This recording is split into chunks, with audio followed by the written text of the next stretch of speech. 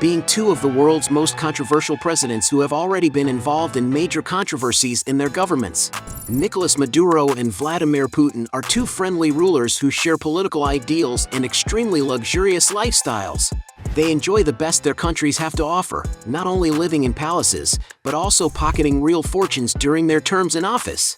Are you curious to know which of them has the most luxurious life today? In this video, you'll see a heated battle between Nicolás Maduro and Vladimir Putin. Both presidents like to drive around in beautiful vehicles, but which one has the most expensive cars? Maduro has already been clicked, for example, with a number of different types of cars. Toro Leon TR $201,200, Moto Force 1000 for $11,800, Kawasaki Mule 4010 for $13,500, and a 14,000 Polaris Ranger. He has also been seen with some tractors, such as a Vladimir TS82 for $2,000, a Changfa CFH for $16,000, and even a John Deere that costs up to $30,000 depending on the year and version. When it comes to cars, the president's collection seems to be quite luxurious, and among the vehicles he has been seen with are a Gregel X12 $6,600, Saipa Sina from $14,500, Cherry Tiggo 5 for $17,600, and a Cadillac Fleetwood $30,000. He was also spotted with two Toyota 4Runner models costing $40,000 each, as well as two versions of the Toyota SW4 costing around $53,000. Raising the price, Nicolás Maduro also owns a Ford Explorer, a large SUV that can accommodate up to 7 passengers. This car is perfect for those who don't want to compromise on safety and comfort, which is why it cost the president around $60,000. Another impressive car in his collection is a Toyota Sequoia, a high-performance SUV that also features a spacious interior for up to 8 people, as well as modern technology features to aid driving. And that must be why this car costs $65,000. In addition, Maduro is the country's president, so he also has some more robust cars at his disposal, such as the Tayuna, a multi-purpose Venezuelan military vehicle. And although it is difficult to determine the cost of this machine, it is estimated that the average unit value of the Tayuna is $70,000. Meanwhile, many sources claim that Putin has a vast collection of cars of his own in his garage. But the big boss of Russia has declared only simple cars that do not attract much attention, such as the ZAZ 968 model and the Lada Kalina Sport, as his own assets. As president, he is entitled to use great state cars, such as the Russian Urus Senate L700, a big, Rolls-Royce-looking car with a sophisticated interior, which costs about $300,000. Another vehicle Putin has used many times is a Mercedes-Benz S600 Pullman, a 21-foot-long armored luxury machine with a 530-horsepower V12 engine. The interior of the car is designed for 2 main occupants and 2 more sitting in front of them, a layout to provide plenty of comforts. No wonder that to enjoy such a limousine, one has to fork out approximately $1.5 million. And for owning such expensive cars, Putin wins this round by a long shot. Score 1 for him. When it comes to traveling, both politicians have beautiful aircraft, but who has the best air transport? Maduro has already been seen, for example, in an Embraer 190 VIP from Conviasa, an airline owned by the Venezuelan government. This large aircraft stands out for having an advanced aviation system, which helps to reduce fuel consumption during journeys. Inside, the plane has comfortable seats for up to 114 people. That's probably why an aircraft of this model costs around $11.9 million, while the charter price is around $12,500 per hour. One of the jet models most used by Nicolás Maduro, on the other hand, is a Dassault Falcon 900, an aircraft known for having 3 engines, which is capable of offering much more safety and autonomy. The interior of the jet is also very spacious and modern and can hold up to 14 people. To enjoy all this luxury, you need to shell out around $13 million. And according to media reports, Nicolás Maduro has already had at least 1 jet of this model seized by the United States, but he seems to have more than 1 Dassault Falcon 900 at his disposal. Going further up the price scale, another impressive aircraft on which the Venezuelan president travels is an Airbus A319 ACJ, which also has a Conviasa livery. This is a modified aircraft for the president's VIP transportation, capable of traveling much longer distances than a regular A319, as well as offering more comfort inside. And although it is difficult to determine the price of the plane used by the president, this model of aircraft costs around $73 million. Vladimir Putin, on the other hand, owns more than 50 impressive small jets.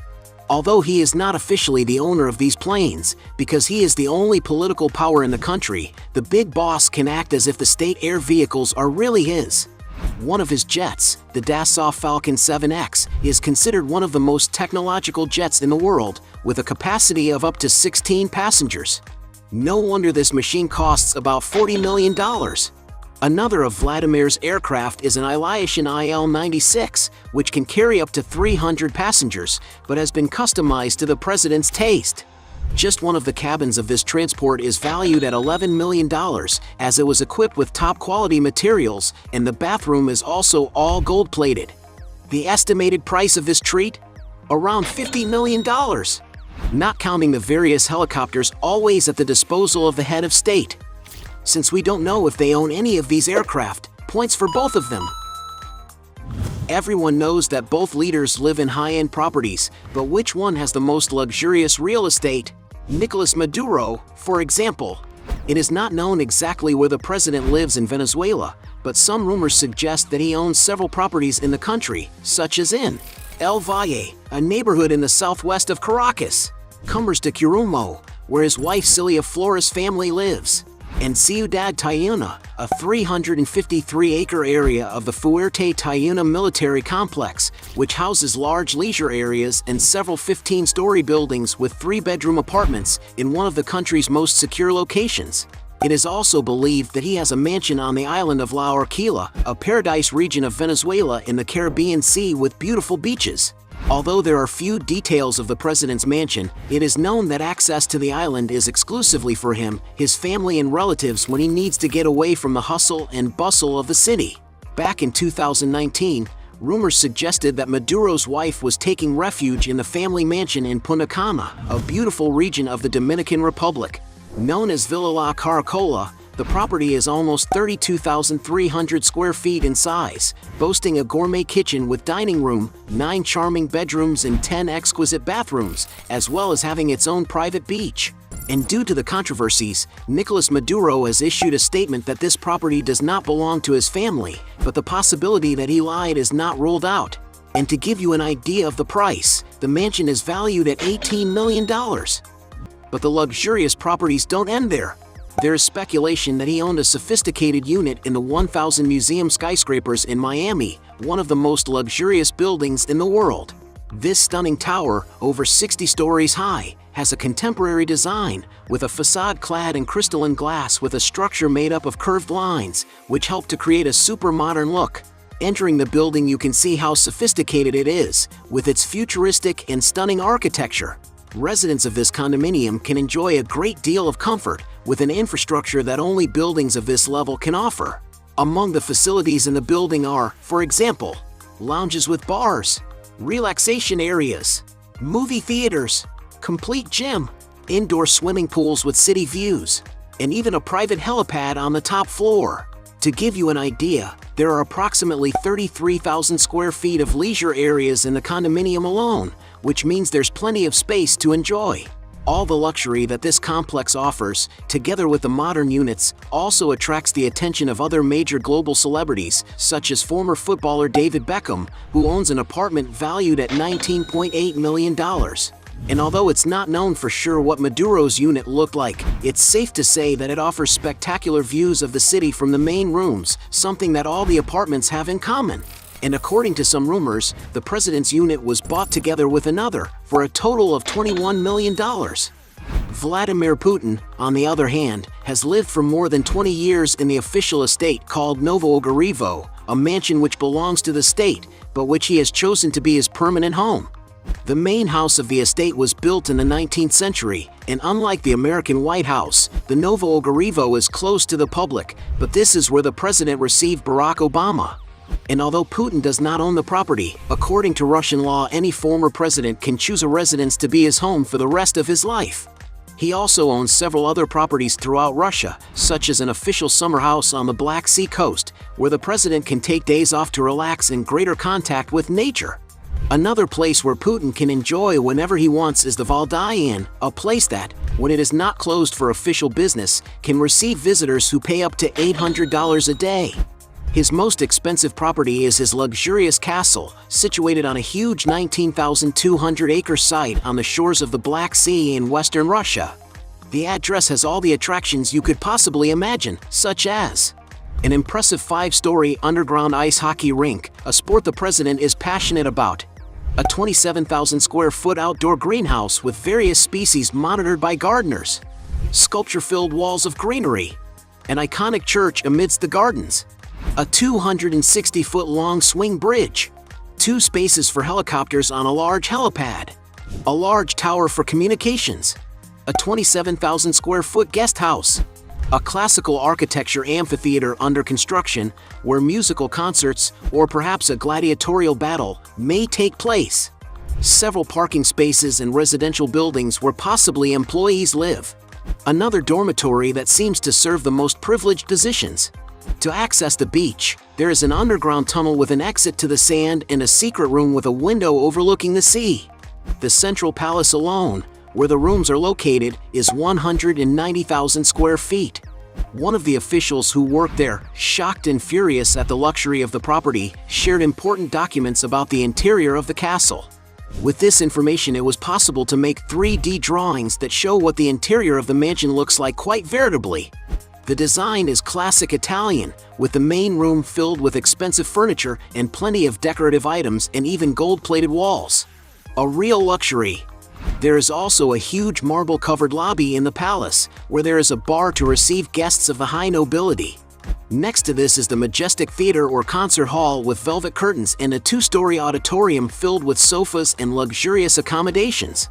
Other rooms in the castle that do not go unnoticed are an intimate room with shisha and a stage for pole dancing, a huge casino room full of gaming tables, an arcade with an electronic dance mat, a meeting space with scale models and a bookshelf with collectible cars, an 82-foot-long swimming pool, a well-equipped fitness center, and many other luxuriously appointed areas. To ensure the protection of this palace, the 17,000 acres of land adjacent to the palace belongs to Russia's Federal Security Service, and interestingly, this entire area was leased until the year 2068. Therefore, access to the tycoon's house by land is practically impossible. To fly over or navigate over this territory, it is necessary to have authorization from the National Security Agency. And with this information, one can already understand that Putin has thought of exactly everything to have a fortress of his own, which would guarantee his own security until the end of his life. Of course, the Russian president has denied that this property is his, but his opponent has made sure to point out several surprising details about Vladimir's secret and luxurious mansion. And the price to own one of the largest and most sumptuous palaces ever seen on planet Earth, worthy of a king, is estimated at $1.3 billion. It is unbelievable! Considering the value of the properties Putin lives in, he wins this round. Point for the Russian. If there's one thing that isn't a problem for both presidents, it's money, but which one spends the most? Maduro likes to wear high-end watches, such as his Swatch Golden High Green, an accessory with a glass case and green leather strap, which costs around $186. Nicolás Maduro was spotted wearing a T-Touch navigator from Swiss watchmaker Tissot, priced at $595, as well as a T-Touch Expert stainless steel bracelet costing $2,900. Going even higher, the president has an elegant Hublot King Power Diego Maradona, a classic accessory featuring a ceramic bezel and a skeleton dial with blue accents, which is priced at around $36,000. He also has a Hublot Big Bang King Gold, another high-end piece from the Swiss brand, which has a black rubber strap and a satin-finished 18-karat rose gold case. And that must be why this sophisticated watch costs almost $45,000. The politician also has an Audemars Piguet Royal Oak offshore chronograph, an ultra-modern men's accessory with a black dial. And it's no coincidence that the watch was valued at £36,900, around $49,000 today. But according to Maduro himself, it was a gift from Maradona.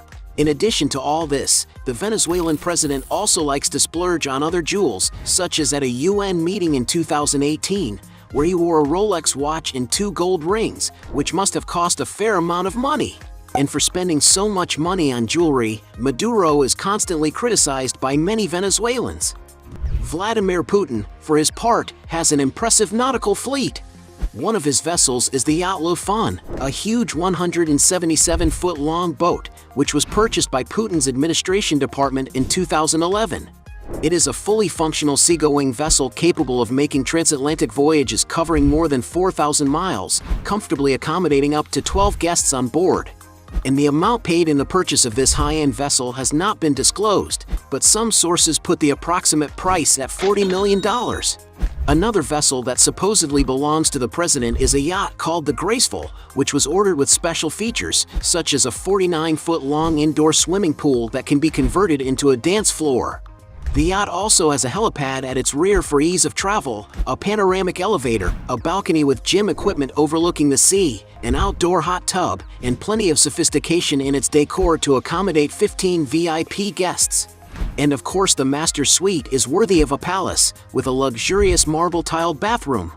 To get an idea, it is estimated that it takes an average of $7 million a year to maintain this vessel, which is worth around $100 million. In other words, Vladimir Putin wins this round. As two of the world's most controversial presidents, there's no doubt that they have huge fortunes. But which one will be the richest? Starting with Nicolás Maduro. The politician's earnings have progressed according to the positions he has held. Since before becoming president of the country, he was also president of the National Assembly, foreign minister, and vice president. However, despite holding senior government positions for several years, none of his earnings in these roles have been significant. This is because, due to the economic crisis facing Venezuela, the bolivar, the country's official currency, has been devalued considerably. To give you an idea of how much Nicolás Maduro receives as president, Venezuelan law states that the salary of the head of state cannot exceed 12 minimum wages. Currently, it is estimated that Maduro earns the equivalent of just over $4,000 a month, which is around $48,800 a year. As Nicolás Maduro has held this position since 2013, he must have already received more than $536,000 in salaries alone. The politician has also been involved in many corruption controversies, and if the accusations are true, it is likely that he will pocket much more than is publicly disclosed. In terms of other sources of income, Nicolás presents the program Con Maduro Plus and the Maduro podcast. It is also believed that the president has investments in the real estate sector, which should generate good income for him. And although it's not known for sure how much Nicolás Maduro's fortune is worth, some sources estimate that his net worth currently exceeds $2 million, but considering everything we've seen so far about his luxurious lifestyle, we can imagine that his fortune is much greater than that. Vladimir Putin, on the other hand, despite having a salary of only $112,000 per year, his fortune is much bigger due to the corruption that exists in his country. As he himself has already said, he considers himself the richest man in Europe, since his wealth goes far beyond his material assets. After all, he holds great powers capable of providing him with a luxurious life. He holds under his control, for example, the country's money supply, the powerful military force, and the giant Russian naval, air, and land fleets, all at his disposal. We can then consider that his fortune was not actually built solely on his salary as president, because he controls and enjoys all the wealth his country produces. To give you an idea, Russia's 2020 GDP was almost $1.5 trillion, and his fortune is a percentage of that. And there are sources that claim that Vladimir Putin's secret fortune is actually around $200 billion, an amount so large that it would already place him among the richest men in the world. Considering Vladimir Putin's estimated fortune, he wins this round. At the end of this fight, we have 1 point for Nicolás Maduro against 5 points for Vladimir Putin, who wins this battle handily. But if you think there are still other arguments to defend one of the two, write your best justification below. Hey, you like the video? So don't forget about leave your like and comment, and tell some suggestions of another videos, and hopefully we gonna do it. All about channel, Dios to satisfy your curiosity.